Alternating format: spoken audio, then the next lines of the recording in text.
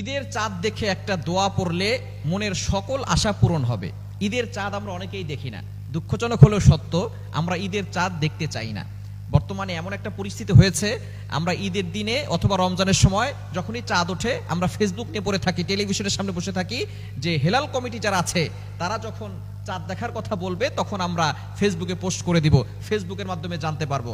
একটা সময় ছিল যখন আমরা ছোট্ট ছিলাম, তখন আমরা ঈদের চাঁদ দেখার জন্য, রমজানের চাঁদ দেখার জন্য আমরা কতটা হইচই শুরু করে দিতাম। আপনাদের খেয়াল আছে, আমরা যখন ছোট ছিলাম তখন আমরা অবশ্যই এই ধরনের ঈদের চাঁদ দেখার জন্য আমরা সেখানে হইচই শুরু করতাম। ঈদের চাঁদ উঠেছে, একটা আনন্দই অন্যরকম ছিল। আর এখন কেমন যেন সব মোবাইলের ভিতরে চলে আসছে, ঈদের চাঁদ আমরা দেখতে যাই না। মনে রাখবেন, ঈদের চাঁদ দেখা হচ্ছে সুন্নাত। নবীজি সাল্লাল্লাহু আলাইহি ওয়াসাল্লাম ঈদের চাঁদ দেখতেন, সাহাবায়ে কেরাম ঈদের চাঁদ দেখতেন। ঈদের আনন্দ করা, রমজানের সময় রমজানের সময় যে চাঁদ ওঠে, ঈদের সময় যে চাঁদ ওঠে, এই চাঁদ দেখে একটা দোয়া পড়বেন। এই দোয়া পড়ে আপনি আল্লাহর কাছে দোয়া করবেন, তাহলে ওই মাসের যত বরকত আছে সকল বরকত আল্লাহ তাআলা আপনাকে দিয়ে দিবেন।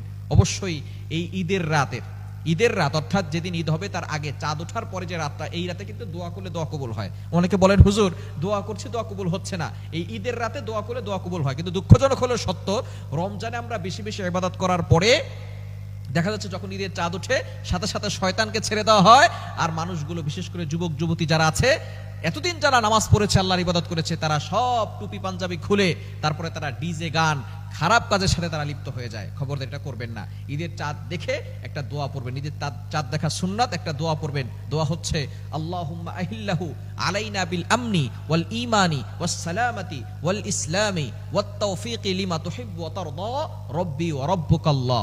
আপনি এই দোয়াটা পড়লে ওই মাসের যত ফজিলত আছে সকল ফজিলত আল্লাহ তাআলা আপনাকে দান করবেন, এবং ওই রাতে আপনি বেশি বেশি করে দোয়া করবেন। এই দোয়াটা করার পরে আল্লাহর কাছে আপনি দোয়া করবেন।